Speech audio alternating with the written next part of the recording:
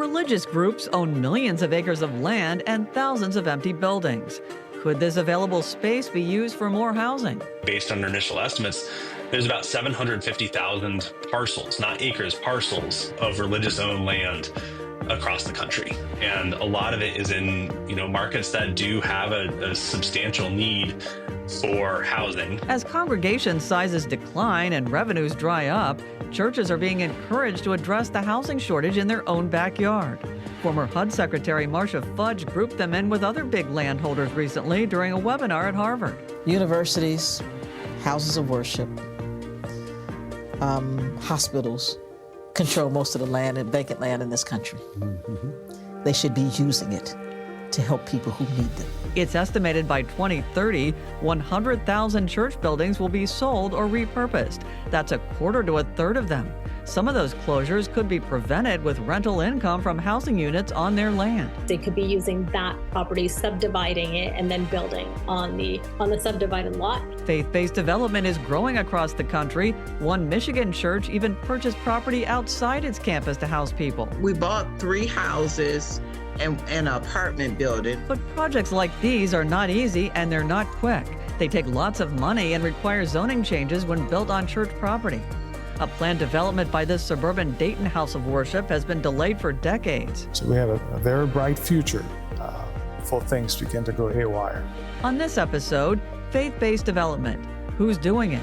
How they're doing it? And legislation designed to make it easier, so-called YIGBY laws. Yes, in God's backyard. Let's get into it. This is Brick by Brick, solutions for a thriving community. Brick by Brick is made possible thanks to leading support from AES Ohio Foundation, Greater Cincinnati Foundation, and George and Margaret McLean Foundation, with additional support from Lori F. Johnston, Murray and Agnes Seasongood Good Government Foundation, the Robert and Adele Schiff Family Foundation, and more. Thank you. Hello and welcome to Brick by Brick, where we're highlighting solutions for a thriving community in Southwest Ohio. I'm your host, Ann Thompson. Faith-based development can take many forms. The most straightforward one is the church builds housing on its own property, which requires changes to zoning. Another way is for churches to buy land in the community and build housing. A third option is for developers to buy church land or a boarded-up church building. With attendance in decline and enormous parking lots sitting empty, religious groups are realizing the land they own can add value both to the neighborhood and to their own pocket through rent. But the process to build housing is expensive and complicated. How many houses of worship are successfully doing it? A Rutgers University researcher, Nadia Mian, is trying to find out by creating a database listing U.S. faith-based developments constructed in the last decade. Looking at congregation-led affordable housing, where congregations are taking the lead to use some of their underutilized or excess land to build affordable housing on their property. And so I've been looking at ways in which they have advocated for some zoning changes to take place, as well as just in the different ways that this is being done. So far, she's found about 100 faith-based developments. The movement has definitely taken hold. I mean, it started kind of in California, in San Diego with, a church that wanted to build affordable housing using their parking lot and came up against some, zoning regulations. And San Diego ended up changing some of those for them. And then it kind of spread, Oregon had been doing this, Washington State. But now it's, a lot more states are looking at different ways to make it easier for houses of worship to do this work. We'll get to the legislation part a little bit later in the podcast. Here are a few examples of what churches are doing across the U.S. and internationally. Arlington Presbyterian Church in Virginia tore down its main church and sold the land at below market value to a nonprofit who built 173 units of affordable housing. The church now rents worship space on the ground floor of the apartment building. Ebenezer Urban Ministry Center at Brooklyn bought 2 city blocks and turned them into more than 500 affordable apartments. Inglewood, California, First United Methodist Church has plans for 60 studio apartments, replacing empty school buildings on its campus. First Baptist Church in Vancouver, Canada, sold its air rights and one of its parcels to a developer who built a 57-story apartment tower right behind the church. With the proceeds, they built a brand new sanctuary with a daycare, a 7-story affordable apartment building, community space, and a gym that can also house people during the cold winter months. Faith-based development is slow to catch on in Ohio, but that doesn't mean there's not an interest. Brick by Brick's Emiko Moore reports on a suburban Dayton effort that began decades ago. St. Margaret's Episcopal Church in the Trotwood neighborhood of Dayton sits on a 61-acre property lined with trees, 28 acres of farmland, natural springs, and a grove of black walnut trees. Father Benjamin Spear Hardy became the priest of this congregation in 2001 with the mission of building a senior affordable housing community around the church. We have been blessed because we have the land to do it. And why not make use of the land to affect the lives of those who are in need? At his previous church in Columbus, Georgia, Father Spear Hardy built a 48-unit affordable senior housing community and was called to Dayton to build another community, working with developers to create a 7-phase plan. The senior population is growing. The baby boomers need a place to retire, a place to live. And so there is a great need. We know there's a need for housing. St. Mary's Development Corporation is a nonprofit organization that focuses on real estate development in affordable housing and services for seniors. According to the president, Wes Young, 60% of residents in the Dayton area only have Social Security, which is about $15,000 a year. And every day in the U.S., 10,000 people turn 65. You could blindfold me, give me a set of darts and a dartboard, and I could throw the darts, and you could find a need where you need affordable housing. It's everywhere. Every single part of Ohio needs affordable housing. But as Father Spear Hardy geared up for his mission, a series of unforeseen national and regional crises took precedent, setting the project back repeatedly. And I was at St. Clair Community College negotiating for us to have our program, a banquet, a fundraising. And I was looking at a monitor, and there were the planes going in a building in New York, and the World Trade Center. And everything just went crazy from there. After a few years, they completed the new church and started on phase 1. But the 2008 housing crisis put things on hold. And in 2019, a tornado devastated the Trotwood area. So the church became the epicenter during the tornado for resources. Still recovering from the devastation, as the pandemic hit, the church pivoted to help the community. And so we began to advocate for testing and for vaccine. So the church again became a clinic. When many members of the congregation who supported the project passed away, Father Spear Hardy's faith was tested even more. One of the things I had to learn was to be patient, because I got very frustrated. And I even fussed at God. And what in the world you got me doing here? I mean, you brought me here, I'm going through all this stuff, especially when I started losing members. I had to take 2 weeks off. I mean, can you imagine bearing over 200 people in the congregation? And I knew all of them. After the pandemic and continued disinvestment in the area, St. Margaret's began working with St. Mary's Development Corporation to revise their plan to put 2 100-unit homes near the church. Father Ben's parishioners are like a lot of churches these days, where they have older population. So there's a ready-made population that would love to live there, real near their church, real near their community, real near their friends. And that's why we became interested in it. Well, St. Margaret's assets include land, zoning, built-in utilities, a bus stop nearby. They still were not able to score high enough for the highly competitive government tax credits so that affordable housing developers would take on the project. Right at the moment, it's not, the rules for the different various funding sources are not lining up for us to allow us to do that. While the housing plans are on hold again, the various roadblocks, such as the tornado and the pandemic, forced Father Spear Hardy and his church to shift gears to serve other community needs. We may have all the plans, but being with those families during the times of need is so important. And so once I surrendered all to God and said, Lord, you're in charge. I'll just follow your lead. Whatever you lead, I'll follow. And then I became better after that. Today, Father Spear-Hardy remains steadfast to help build more affordable housing. I'm just excited, and I hope that this would somehow spark the interest of someone out there who may have an interest in what in our vision for our community, and will be willing to come and partner with us to make this happen. Thanks for that story, Emiko. What are some of the challenges that St. Margaret's Church faces when competing for tax credit fundings to build affordable housing? Well, they do have a lot of assets already. Proper zoning, 61 acres of land. They're on a bus line.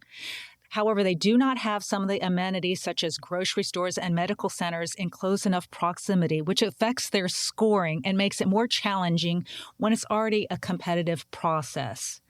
I think faith-based developments have a lot to offer in serving the community and could do a lot to keep people connected, which is really vital to seniors. All right. Thank you, Emiko. We'll talk to you in the takeaways. Sure. Just like the church Emiko told you about, others are running into roadblocks. People's Church in Cincinnati's Corryville neighborhood has plans for a $60 million mixed-use development, including a new sanctuary, retail, and a 4-story market-rate apartment building. But just this month, the church told Brick by Brick it decided to table the project with the uncertainty of various government funding sources. People's Church is hopeful it can move forward on the project later this year. Plans are moving forward with the redevelopment of the historic Grace Church property. In conjunction with the Avondale Development Corporation, 8K will turn the church and its annex into commercial space and up to 20 affordable residential apartment units along Glenwood Avenue. There could be more developments on former church property in the future. Brick by Brick looked at an online marketplace for commercial real estate called LoopNet and found at least 6 churches for sale in Cincinnati and 4 in Dayton. Down the road, the Cincinnati Archdiocese may be putting some of its churches on the market. The Catholic Church here is consolidating 208 parishes into 57. We'll follow up over the next several months. Rutgers researcher Nadia Mian says the Catholic Church is experienced when it comes to selling real estate. So I kind of put the Catholic Church within, a different kind of a category, because they have an entire division that is dedicated to their real estate assets and managing those assets. And so they have a much stronger sense of how to develop and where the land is and how that land is managed. So I don't fit them in the same kind of category as these kind of congregation-led affordable housing projects. The Diocese of Covington, Kentucky has sold at least 5 churches and schools that were converted into housing. You can find those on our website at cettconnect.org and thinktv.org.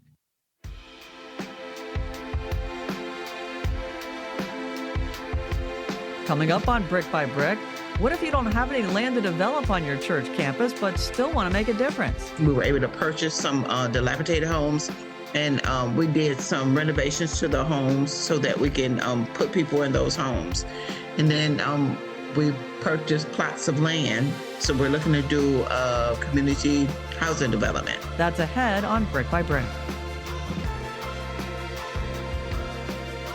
Brick by Brick is made possible thanks to the generous support of so many, including Diane and Dave Moshe, P&G, the Camden Foundation, the Stephen H. Wilder Foundation, Rosemary and Mark Schlachter, a donation in memory of Frank and Margaret Linhart, the A.T. Folger Jr., Lowe Simpson Fund, and more. Thank you. We couldn't do this work without you. Hey, we all have a different story, even if we grew up in the same neighborhood or city, especially if we're talking about housing stories. Hi, my name is Mark Lammers, executive producer for Brick by Brick. Growing up, I lived on the west side of Cincinnati in a single-family home, but I've also experienced apartment life in good and bad settings in a number of different cities. I learned a lot from those times in my life and from my journey as a whole. Now we want to hear about your housing story. That's the new audience question that's live on our show pages at thinktv.org and cettconnect.org. Log in and hit the green button to share your journey and what you learned from it. We hope to share some of your experiences and lessons as we move forward on Brick by Brick so we can all get smarter together. Thanks.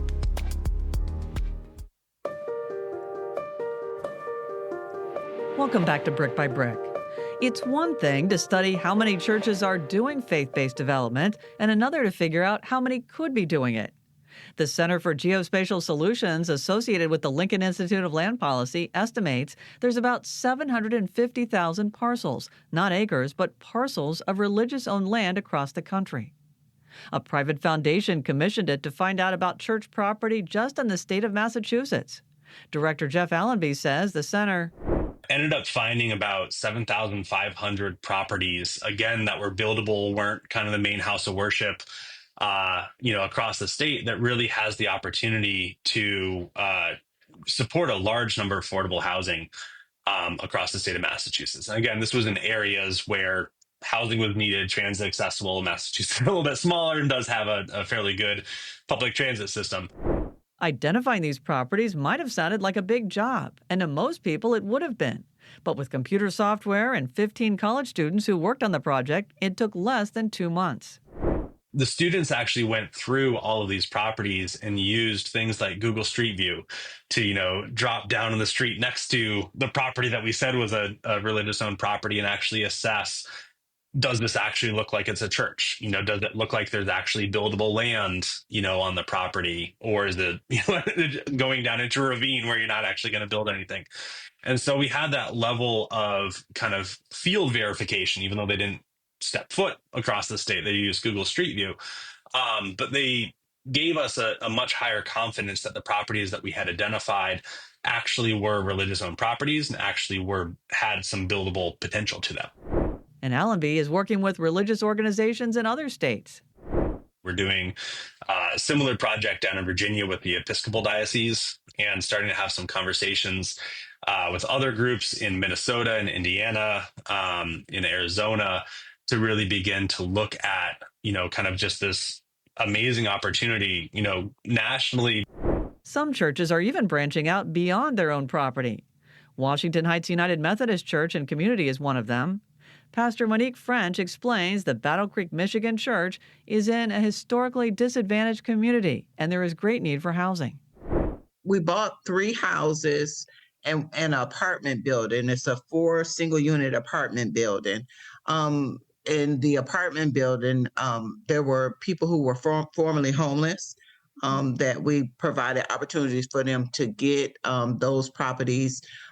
We have some single mothers that reside in some of the homes, and people who were in the community who were looking for housing in the community. So those are the people who live in those spaces. Now the church is embarking on a plan to build 17 houses in the community. An open house for the first one is scheduled for May 20th. We're currently looking for people who are interested in investing in this project. We have received some grant funding. We received initial funding, seed funding for this project through the W.K. Kellogg Foundation, and we use that funding as leverage funding. So instead of building one house, we were able to use that as leverage funds. Pastor French encourages other religious institutions to do the same. A big advice that I would give churches that are interested in doing this is actually listening to the community, making sure that the community is involved. It's good to do it with the community and not to the community. And you don't have to be big to do big things. Washington Heights United Methodist Church and Community has just 30 active members.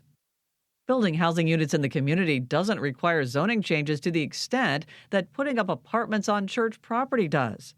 Zoning is probably the biggest roadblock for religious institutions in faith-based development. The term YIGBY, or Yes in God's Backyard, was coined in 2019 by San Diego housing activists who petitioned for zoning changes. Since then, California and the state of Washington have passed YIGBY laws. Shelterforce reports that in California, nonprofit colleges and religious institutions now have the power to build 100% affordable housing projects on their properties by right, bypassing any special zoning requirements the city might have, as long as the project meets state-mandated criteria. Other states considering YIGBY laws include New York, Virginia, and Hawaii. Cities adopting the fast-track laws include Atlanta and San Antonio.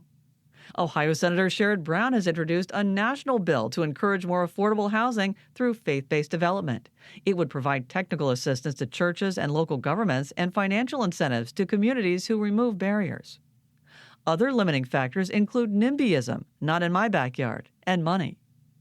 There are churches that, although they can't create housing right now, are doing other things with their property, like renting out commercial kitchens to food entrepreneurs, creating staging areas for food trucks, providing EV charging sites, and hosting regional healthcare clinics. And there is something else.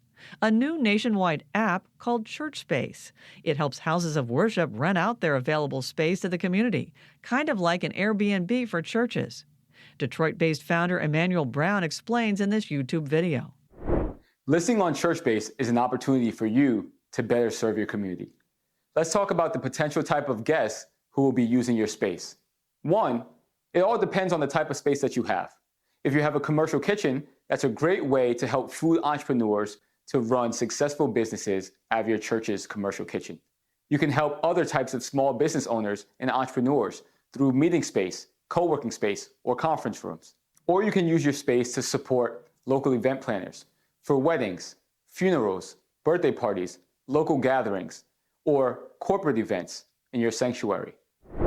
Brown says churches can make extra money by renting out podiums, microphones, sound systems, pianos, printers, and more, and can require their own staff to operate them. Dig deeper into faith-based development and other topics by going to cetconnect.org and thinktv.org. There's also a couple of big green buttons to give your feedback, where you can also tell your own housing story, for example. We welcome Amy Kilmore back to the microphone. Hello. And say hi to Hearns Laguerre Jr. Hey, everyone. It's time for takeaways. Hearns?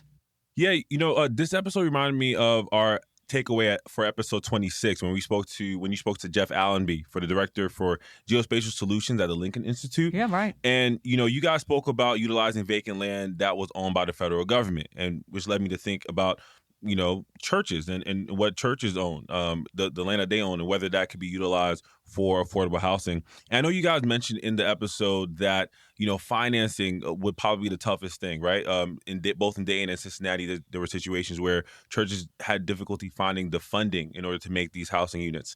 I wonder if what happened in New Jersey might happen to other areas. There was an Episcopal church that wanted to utilize their 11-acre property to build a shelter home, for those who are homeless. But the mayor wanted to use the area for a new park for local families who live nearby to walk in. And it just made me think that these churches, on top of thinking about finances, they're also going to have to think about zoning, about whether their plans correspond with the plans from the city council or the mayor, and so on and so forth. Yeah, roadblocks all over the place. Amico makes me think of Father Ben. That is true. These faith-based organizations have missions that I do think often naturally meet the needs of those who are living in affordable housing. For example, support and building communities. So in that sense, it's a good pairing, and a lot of cities would really benefit that. And in addition, it can save the government a lot of money. Wes Young, the president of St. Mary's Development Corporation, said that every month that they keep someone living independent in affordable senior housing, it can save the government $6,000 a month. And think about that's a significant amount. If you have 100-unit housing, that could potentially save $6,000 a month per person. That, if my calculations are correct, is over $7 million savings a year. Yeah, that's a lot of money. Well, here's a way that you can save some money. So in Phoenix, a senior living developer and the Roman Catholic Church there did a deal in which the developer is leasing the church land under a 90-year fixed-rate ground lease and is preparing to build 5 senior living communities. Here are some other ways, because Strong Towns advocates that churches should stick with small incremental developments because the big ones take too long and end up costing way too much money. So here's an example on the high end. An 8-story, 144-unit project in Northern Virginia took over a decade and $84 million to complete. That works out to almost $600,000 per unit. And then on the extreme low end, Sacred Settlement in St. Paul, Minnesota is building tiny homes on church properties for about $35,000. So quite a difference. There appears to be help for financing in the future. Amico? Yes, there is a bipartisan bill that was introduced last month in the Senate. It's called the Affordable Housing Credit Improvement Act of 2025, which would expand and improve the low-income housing tax credit. And that would help bolster affordable housing developments. And It has a lot of bipartisan support from 28 additional co-sponsors. So I see that as a positive, especially in the environment we're in now. All right, good news. We'll be following that. Well, thanks, guys. No problem. Thank you.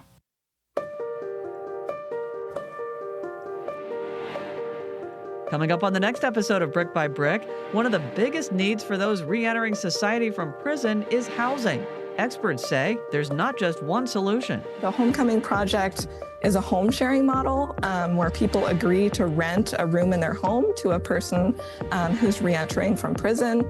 And then the program provides support to both the tenant and the landlord to make sure that that match is successful. That and other solutions next time on Brick by Brick. That's our show. If you like what you hear, please rate and review our podcast. It helps finding the pod a little easier. If you like what you heard, please share it with your friends and family. For Amico Moore and Hearns Laguerre Jr., I'm Ann Thompson. We'll be back soon with more solutions. Take care. Our show is produced, hosted, and edited by me, Ann Thompson, with reporting and story editing from Hearns Laguerre Jr. and Amico Moore. Our executive producer is Mark Lammers. Our show consultant is Gloria Skursky. Gabe Wimberly is our audio engineer and mixer. Zach Kramer runs the lights and cameras. Derek Smith is our production specialist, and Jason Garrison is our production manager. Kelly May heads up our marketing and promotions, along with Mike Shea and Bridget Dillenberger. Alyssa Stephenson handles the website, and Steve Wright is our designer. Bill Dean and Andreas Pruja are the engineers for the show, and our chief content officer is Colin Shenambla. Our music is from Universal Production Music. Brick by Brick, Solutions for a Thriving Community is a production of CET and Think TV, Southwest Ohio PBS member stations.